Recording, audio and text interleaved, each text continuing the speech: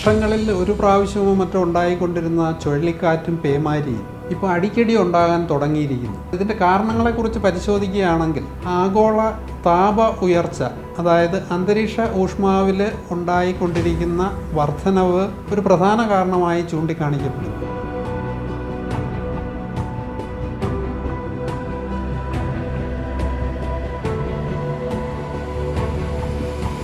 അന്തരീക്ഷ ഊഷ്മാവ് വർദ്ധിക്കുന്നതിൻ്റെ കാരണങ്ങളിലൊന്ന് അന്തരീക്ഷത്തിലേക്ക് വ്യാപിക്കുന്ന വിഷവാതകങ്ങളാണ്.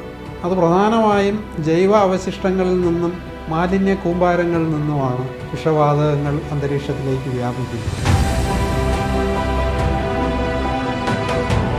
ഇത് തടയണമെങ്കിൽ ജൈവാവശിഷ്ടങ്ങളെ യഥാസമയം സംസ്കരിക്കാൻ കഴിയണം. അതിന് അനുയോജ്യമായ പദ്ധതിയാണ് ബയോഗ്യാസ് പ്ലാന്റുകൾ. ജൈവമാലിന്യ സംസ്കരണത്തിന് ബയോഗ്യാസ് പ്ലാന്റ് സ്ഥാപിക്കുന്നതിന് മുമ്പ് നിരവധി കാര്യങ്ങൾ മനസ്സിലാക്കിയിരിക്കേണ്ടതുണ്ട്. ജൈവമാലിന്യ സംസ്കരണ ബയോഗ്യാസ് പദ്ധതിയുടെ സാധ്യതകളിലേക്ക് വെളിച്ചം വീശുന്നതിന് അനുയോജ്യമായ ഒരു പരമ്പര ബയോടെക് ഇന്ത്യ ആരംഭിക്കുകയാണ്. Thank you.